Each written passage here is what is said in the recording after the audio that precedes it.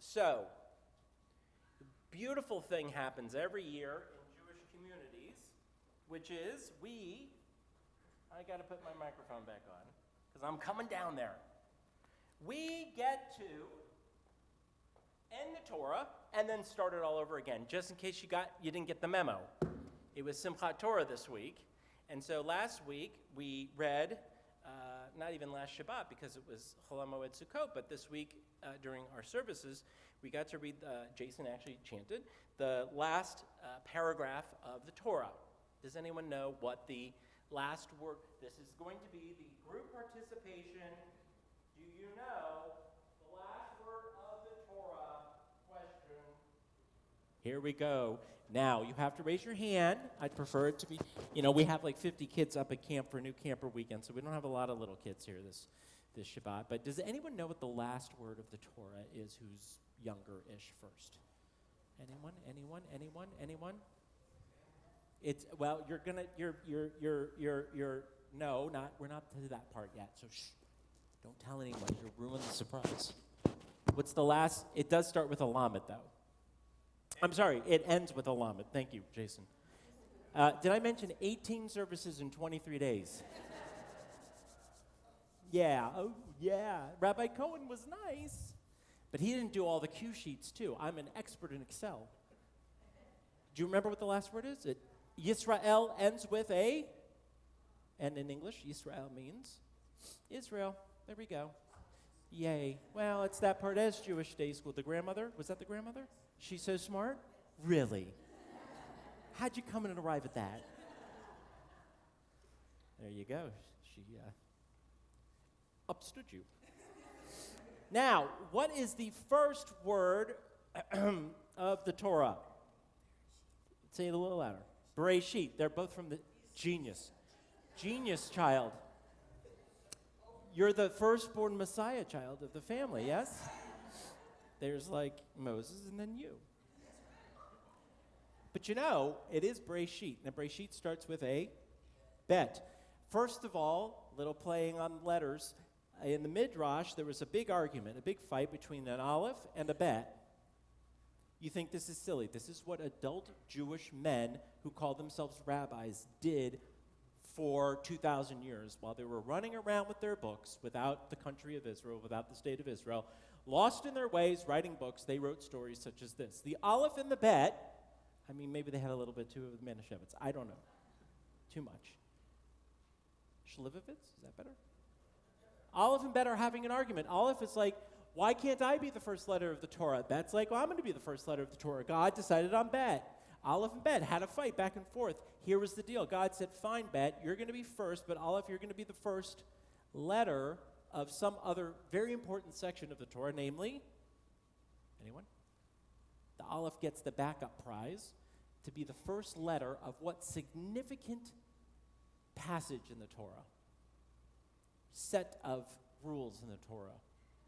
The Ten Commandments, Anochi Adonai, period, right, ... So, that was the end of that. So the bet and the aleph fight, forget about that for a second. The last letter of Torah is a lamed. The first letter of Torah is a bet, and if you put a lamed and a bet together, you get the Hebrew word lev. Thank you very much, my dear. Bubby, I'm telling you. I got to go take a call. Stanford is on the line. They want her. It's a lot of money. Yeah. Full scholarship, full right. Lev, which is the Hebrew root for love. Anyone named Levi or Levi or the word in English love, the etymological root is the Hebrew lev, which means love. So the rabbis ask, why is that?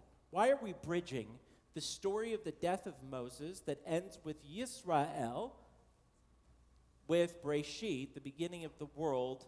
Why? Does anyone want to take a guess as to why? Could have been anything. There's a number of two-letter words in Hebrew. Could have been shuv, which means to return. Like, let's return to the beginning. Could have been sof, which means the end, sort of. Why lev?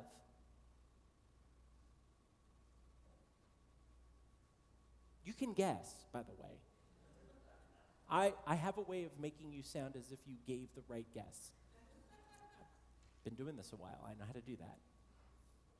Why do you think love is at the end and beginning, this word love, of the Torah?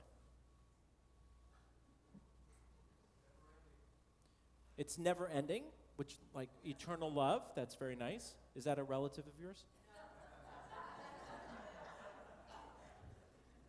Or just you wait till tomorrow. Get me a little well rested, like I almost took a nap during silent prayer, a little cat nap, but I couldn't. Wait until I have a little sleep on me. Nothing. He's good. Fabulous. Ugh, I love getting heckled by Bubby. The word lev ends and begins the Torah not by accident. It's not just something that the rabbis noticed. It's something that they held to be very, very idealistically true. You see, in holding a debate about ultimately what the Torah is about, they argue to us and continue to argue to us in all kinds of ways that ours is a love story. It is a love story between God, now I'm going into some Kabbalah, so bear with me, that God and the people of Israel are in fact like a bride and a bridegroom, that we are in a loving, love-filled covenant with God. And so in Judaism, while we spend a lot of times on the word of the book, we have to also spend some time on the spirit of the book. While we spend a lot of time thinking about what to do as Jews, we're actually supposed to spend an equal, if not maybe even more significant amount of time on what it means to feel as if you are a Jew. My grandmother of blessed memory, who lived almost to 99 years old, used to say that all the time to me, I feel so Jewish. It's a feeling religion. While there are lots and lots of mitzvot and instructions and thou shalt and that shalts, and the story of the creation of the world is the beginning of the love story between us and God. Now, I want to end with this, because we're hearing about in this week's Parsha lots about nature and the natural order of things. God takes the world from tohu vavohu, from chaos, and builds it into something, makes it into something tangible, which is the earth we stand on. What's up with all these natural disasters? Like many of us, someone came up to me yesterday after Simchat Torah services. Asked, is this God's way of punishing us? Is God trying to send us a message with these fires and these hurricanes and all these natural disasters? If God created the world out of love, with the idea and ideal of love, why do bad things like this, tragic things like this happen? Is God trying to send us a message? It's a fair question. I'm sure he isn't the only person who's thought about that. The world's upside down, right? Why is this creation, this story about our love relationship with God that is foundational in this week's Parsha and is foundational in the last letter of the Torah, the first letter of the Torah that creates this idea of love, why is it so hard to be alive for so many people? I do not believe in a God that punishes us with natural disasters, right? But I do believe that nature, whether it's in the form of a hurricane or a fire or the winds that stir up the fire, nature doesn't have a conscience. Nature doesn't think we'll form a hurricane or a fire or in my case, growing up in San Francisco, an earthquake in order to be destructive and to hurt people.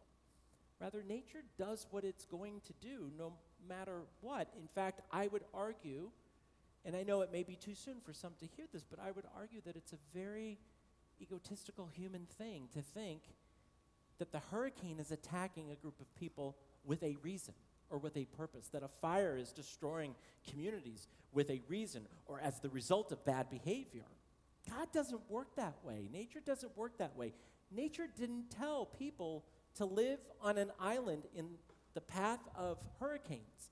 Nature didn't tell my family to move to a city that's on the San Andreas Fault. Nature doesn't care if you are in the middle of the line of destruction. It doesn't care. Well, that implies that it has a conscience. It doesn't have a conscience. It doesn't care. It doesn't not care. on this Shabbat, as we review the story of creation, I want us to not lose faith in God, and not lose faith in nature, and not lose hope in the world being right. In Judaism, our deepest, and this is not just Kabbalistic, this is all over the rabbinic tradition, our deepest hope is for a Messianic era. We have to do the work of righting the injustices in the world. There is a direct correlation, by the way, between how we, as individuals and as collective, help the poor, fight for the needy, work toward justice for all of humanity, make rights out of wrongs for everyone, and what ultimately will happen in the Messianic era, which is this concept of tikkun olam. We will repair the world, and as Jacob is going to talk about tomorrow morning, we will bring the pieces of the cracked puzzle from the beginning of Tohu Vavohu back together and make the world perfect. And then nature will be in synchronicity with us. That's the idea. So I hope you can look at that and think about it and not give up. Please, please don't give up. The world is totally turning upside down, but don't give up. Right? What we're seeing in the political world, in the natural world, in our communities, in our country, and around the globe is nuts. It's nuts. But it doesn't mean that the world is ending. The world doesn't end because we're being punished. The world doesn't end because of anything that we did wrong. We did wrong. But the world is off its axis right now. And it's our job to do what we can to continue to have hope and faith that things will get right, and that the wrongs will be righted, and there will be justice and love and lots of love for everyone. Shabbat Shalom.